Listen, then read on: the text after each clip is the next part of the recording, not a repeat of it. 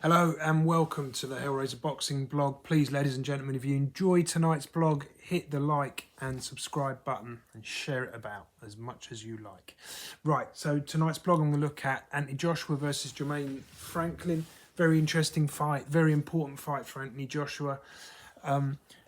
Joshua's form I found to have dipped considerably. I'm not saying because he lost, because actually I found his second fight against Alexander Usyk was much better than the first. I mean, the first one, I thought the tactics were absolutely shocking. I thought they were terrible.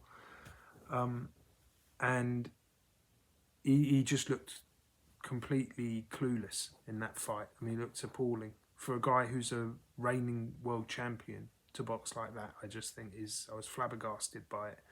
I was flabbergasted and bedazzled.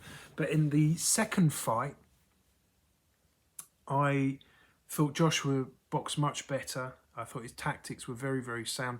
And do you know what? I think we have to accept after the second fight, no matter what tactics Joshua had chosen, probably Usyk had his number. Because whatever Joshua brought to the table, Usyk sort of bettered him.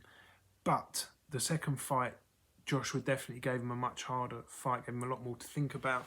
And I thought he could walk away from the ring that night knowing he'd done everything possible to try and get a win. The first time, I just thought it was awful. I thought he walked away.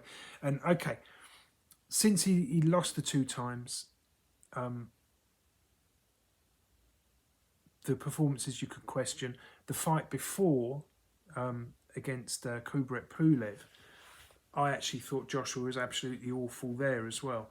Now, I saw a lot of people saying, "Oh, a technical masterclass." Listen, I don't want a technical masterclass from Anthony Joshua against Cobra Pulev was there for the taking. It was very clear that should have been. I mean, can you imagine Lennox Lewis, who I know that there's a bit of a rivalry with Joshua and Lennox Lewis. They don't seem to get on, but that was a fight where Lennox Lewis would have won in a round or two, and Anthony Joshua is capable of beating Cobra Pulev in a round or two, and he could have done it there. And instead of that, the things that you don't go into a fight to work on, what I would say are less adept tactics and skills. Treat a fight like a fight. Should have gone in there and taken him out, looked impressive doing it, and then it set him up nicely for the Usyk fight. Whereas he sort of came in looking as if he was trying to second guess Pulev the whole way through it and outsmart him. And for me, it made me think, well, he needs to learn a lesson from that, because he hasn't shone in this fight. He hasn't looked particularly impressive, and he needs to change. But because he won the fight and probably got a lot of backslapping now, people around him telling, "Oh, that was great. What you did was right. That's technical mark." I kept seeing comments, talking about how wonderful, and it wasn't. It was shocking. It was rubbish. It was bad. It was ineffective. Joshua's strengths were not exploited, and he looked poor. That's the truth. That's my opinion. Maybe I'm wrong, but yeah, that's what I think. Then he went into the Usyk fight, carrying on this idea that he's going to go and be some sort of boxing fencer, which isn't his forte. Certainly not against Usyk, and Usyk exploited it. And the first time really gave Joshua a boxing lesson. Second time still beat him fairly comfortably, but in physical sense, it was a much tougher fight for Usyk, I think, the second time. I want to see Joshua go out, dominant, cut the ring off, use his jab to... and I mean, Franklin is going to stand. I think Franklin's going to stand and he's going to slip and try and counter, which might suit Joshua, because Joshua needs to win spectacularly. He needs to make a statement, and we need to see him confident, which I have a lot of doubts, actually, because to me, of late, Joshua has not looked like he genuinely wants to be there. And it's something that I notice, and I take a lot of time when I'm trying to assess fighters. How hungry is this guy? What is his spirit going into the fight? How deep is he prepared to dig to deliver the performance? Is he going in there going to fight for his life? Is he going in there thinking, no, I don't really want to be here. The money's nice, but I don't really need the ag. And that's how I've felt about Joshua of late. I thought he seems like he doesn't really engage in the way that I would want him to. And I think here he has an opportunity to redress that, because he's got a guy who, although he's got stoppages at a low level, he's got quite a high, high number of stoppages. They're all against very low level opposition, and whenever he's been stepped up, he's gone the distance, and he's sort of had closer fights. So I don't think that Franklin looks like a strong guy. Gave Dillian Whyte a really hard fight. I think a lot of people thought that he'd done enough to beat Dillian Whyte, but he didn't knock Dillian Whyte out, and we know Dillian Whyte can be hurt and he can be stopped. Joshua, for one, really knocked the stuffing out of him in one fight, stopping him. But he's not a big puncher. He's not a huge concussive puncher, and I think he'll stand and slip and try to counter Joshua. And I think Joshua Whyte might actually serve. And when I first saw it, I thought, well, that's good matchmaking, because here you've got a guy who's going to stand there. Joshua seems to choose, when he has the choice, the option, choose taller people that are more upright. But I think there's a lot of things here that point towards Franklin actually being someone that Joshua can make that statement, because the guy's going to stand there. He's not going to run away.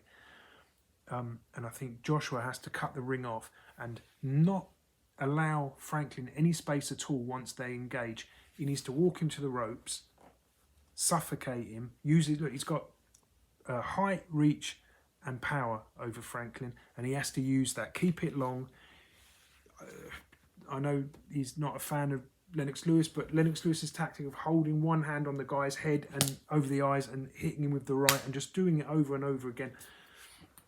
And you're not allowed to do it, but Lennox used to do it, and a lot of boxers, the old school guys, used to do it.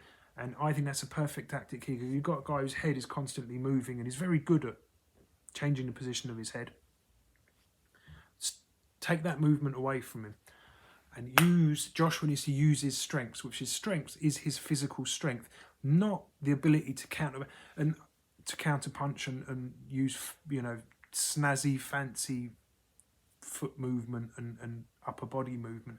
Because Joshua, look, yes, he has to have some footwork and some head movement, but that is not his strength. That's not him. And if he tries to win it by out-manoeuvring using snazzy footwork and head movement, he might beat Franklin anyway, but that's not great boxing, and that's not really what I think Joshua's strengths are. Joshua here needs to cut the distance down and force a stoppage on Franklin, force the referee to intervene by heavy punishment and by lining him up and catching him with big shots. I don't want to see flashy footwork. I don't want to see like counter-punching masterclass. That, for me, it's just not. Even if Joshua does the best performance he can using counter-punching, it's not impressive enough at world-class level. He's not good enough at it to rely on that to take him to the top level.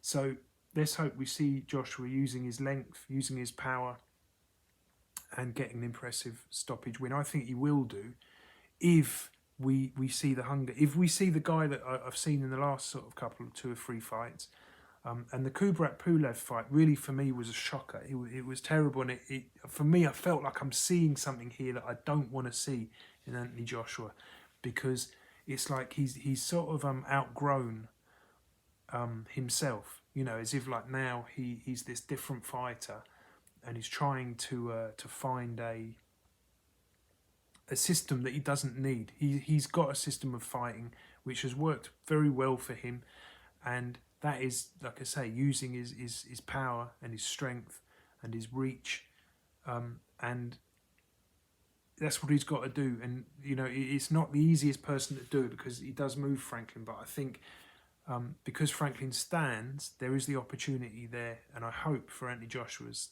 sake that he lands those big shots. And we see an impressive stoppage victory. I'm going to predict it. I'm going to say round 6 for Anthony Joshua.